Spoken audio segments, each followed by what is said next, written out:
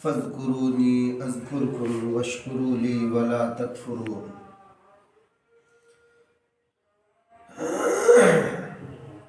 ایک بزرگ گزرے حضرت خواجہ عزیز الحسن مجذوب علیہ الرحمہ، حضرت تھانوی رحمۃ اللہ علیہ کے اجل خلفاء میں سے تھے۔ انہوں نے ایک شعر کہا، تنہا نہ چل سکیں گے محبت کی راہ میں۔ اکیلے اگر آپ چلنا چاہیں اور اللہ تک پہنچنا چاہیں تو اسی کو وہ کہے ہیں کہ تنہا نہ چل سکیں گے محبت کی راہ میں چل رہا ہوں۔ یہاں میں سے مراد وہ اپنے شیخ کو لیے ہیں، اپنے پیر کو لیے ہیں۔ کہا میں چل رہا ہوں، آپ میرے ساتھ آئیے۔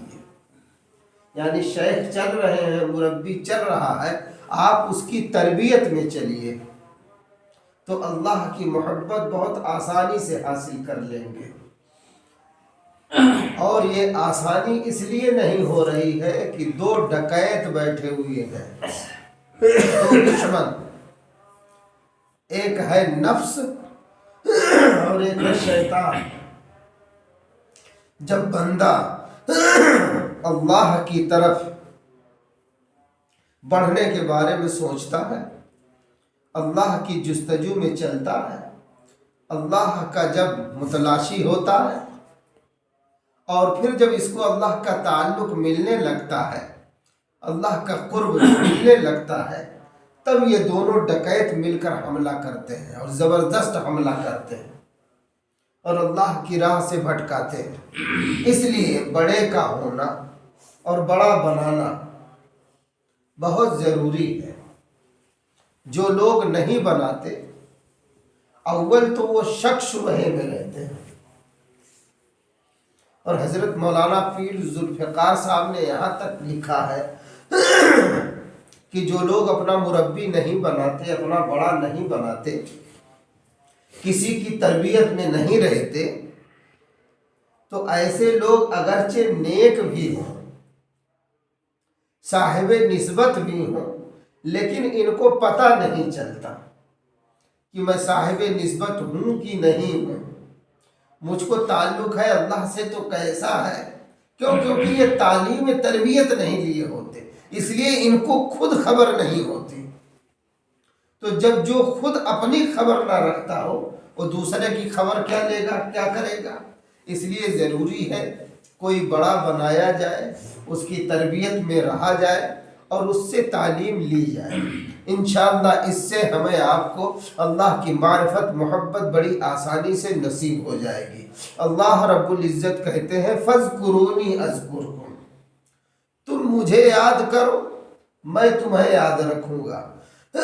اس کا مطلب لکھا ہوا معرف القرآن کے اندر، ہم اللہ کا ذکر کریں، اللہ کا شکر ادا کریں، اللہ کے سامنے جھکتے رہیں، اللہ کو پکارتے رہیں، اللہ کو سب کچھ مانتے اور جانتے رہیں۔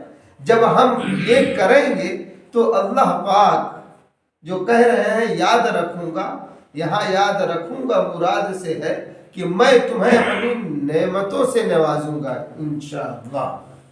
تو جب ہم اللہ کا شکر ادا کریں گے تو اللہ پاک ہمیں اپنی نعمتوں سے نوازیں گے۔ اور اللہ کی نعمتوں میں سے سب سے بڑی نعمت ہے اللہ کا تعلق، اللہ کی دوستی، اللہ کی معرفت۔ جب بندے کو یہ نصیب ہو جاتی ہے تو پھر گناہوں سے گھن آ جاتی ہے، گناہوں سے نفرت آ جاتی ہے، لوگوں کے حقوق یہ پہچاننے لگتا ہے۔ ابھی استاد محترم مفتی عبداللہ صاحب شیخ الحدیث گرینی دامت برکاتہم کے یہاں جانا ہوا تھا پچھلے جمعہ کو، تو حضرت کی ایک طویل مجلس ہوئی اور اس میں انہوں نے حضرت تھانوی رحمۃ اللہ علیہ کے کچھ ملفوظات سنائے اور سنوائے کتاب سے۔ اس میں ایک چیز یہ تھی کہ دیکھو، ذکر میں طبیعت لگے یا نہ لگے، ہمیں اللہ کا ذکر کرنا ہے، کرتے کرتے طبیعت لگنے لگے گی انشاءاللہ۔ تو ذکر ہمیں کرنا ہے، اور پھر فرمایا تھا ذکر میں مداومت یعنی پابندی، ہم پابندی کے ساتھ بلا ناکا اللہ کا ذکر کرتے رہیں، اور یہ ذکر سیکھ کر کریں۔ ہر ذکر کی ایک تاثیر ہے، اسی اعتبار سے ہمیں آپ کو اللہ کے ہاں ترقی ملے گی۔ دو، ایک تو ذکر کر رہا ہے پابندی سے، نمبر دو چاہے طبیعت لگے یا نہ لگے، نمبر تین خالی ہم ذکر تسبیح میں نہ رہیں، حسن اخلاق بھی اللہ کی مخلوق سے برتر، اخلاق بھی سیکھیں۔ ورنہ جب کوئی ذاکر بنتا ہے، ذکر کرنے لگتا ہے، اور اس دنیا میں جب آتا ہے روحانی دنیا میں، تو شیطان اور نفس کی الغار ہوتی ہے، اس پر حملے کرتے ہیں۔ تو جب حملہ کرتے ہیں تو ظاہر سی بات ہے انسانی دل و دماغ میں ایک خلجان، ایک ہیجان پیدا ہوتی ہے، آدمی اس میں پھر سمجھ نہیں پاتا کروں کیا کروں، پتہ چلا بچہ بیمار ہے، اب یہاں دوا کی ضرورت ہے اور یہاں تسبیح کھینچ رہا ہے، نہیں، دوا وہاں ضروری ہے۔ بیوی بیمار ہے، بہن بیمار ہے، ابا اماں کی طبیعت گڑبڑ ہے، پتہ چلا یہ نفل میں لگا ہے ذکر میں لگا ہے، نہیں، یہی سیکھنا ہے۔ ذکر کس وقت کا اور کیسا کب مناسب ہے ہمارے لیے، یہ بڑا ہمیں تعلیم دے گا ہماری استعداد کے اعتبار سے۔ اس لیے آج کل ترقی نہیں ہو رہی، کسی معاملے میں ترقی نہیں ہو رہی، ہر طرف ہمیں تنزلی دکھائی دیتی ہے۔ تو جب بندے کو ناکامی دکھائی دینے لگتی ہے تو یہ بندہ بددل ہوتا ہے، اس کا دل ٹوٹنے لگتا ہے، ہمت اس کی پست ہونے لگتی ہے۔ تو اگر بلند ہمت والا بھی بندہ ہے، جب ہر جگہ وہ ناکامی دیکھتا ہے تو ہمت پست ہونے لگتی ہے، نتیجہ یہ ہوتا ہے کہ پھر ذکر وغیرہ سب چھوڑ کے بیٹھ جاتا ہے۔ کیوں؟ کیونکہ صحیح تعلیم نہیں لیا، تربیت میں نہیں رہا، ورنہ اس کی یہ حالت نہ ہوتی۔ اور آج جیسی صورت دیکھی جا رہی ہے، کوئی 10 سال سے لگا ہے، کوئی 15 سال سے لگا، کوئی 5 سال سے لگا ہے، کہنے کو تو لگا ہے کہ یہ خانقاہ سے ہے، لیکن ابھی اگر اس سے پوچھیں کئی خط لکھے ہو اپنے بڑے کو، کئی مسئلے پوچھے ہو، اپنی دل کی کیفیت کتنا شیخ سے بتائے، کچھ نہیں۔ اس کا مطلب یہ کچھ کر ہی نہیں رہا۔ اگر کرتا،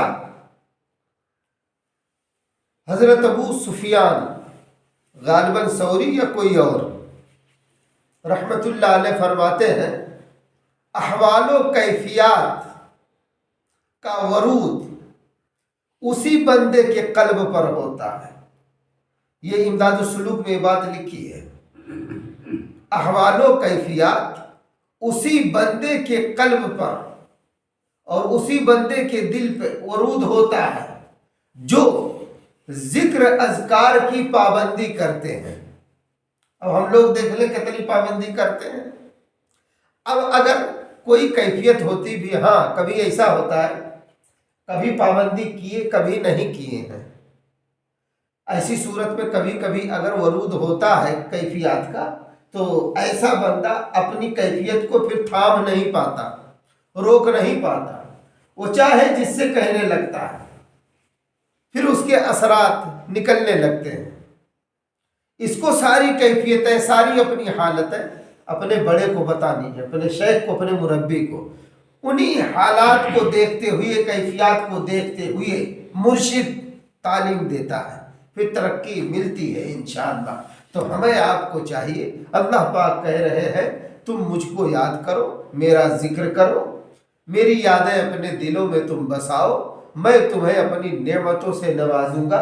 تو ان نعمتوں میں سے سب سے بڑی نعمت یہ ہے کہ اللہ پاک اپنا تعلق دے دیتے ہیں، اپنی دوستی دے دیتے ہیں، اپنی معرفت کا چشمہ ایسے بندے کے دل میں پھوڑ دیتے ہیں جس سے اس کی زبان پر حکمت و دانائی کی باتیں جاری ہو جاتی ہیں، ساری ہو جاتی ہیں، پھر ایسے بندے کا فیض عام تام ہو جاتا ہے۔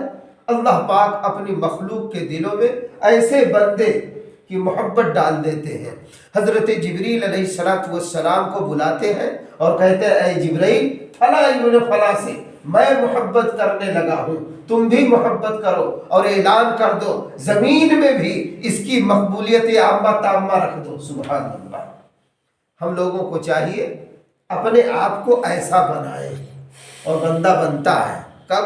جب کسی کی تربیت میں رہتا ہے، کسی کو اپنا بڑا بناتا ہے۔ یہ خانقاہ آج کئی برسوں سے جو آباد ہے اور کئی برسوں سے جو جاری ساری ہے، دنیا جانتی ہے کہ حضرت میاں چاند شاہ رحمۃ اللہ علیہ کا کوئی یہاں شاگرد، کوئی یہاں مرید تھا، اور واقعتاً وہ بڑے کشف و کرامات ولی تھے، شبہ نہیں، تاریخی ولی گزرے، حضرت خواجہ شاہ نعمت اللہ صاحب رحمۃ اللہ علیہ۔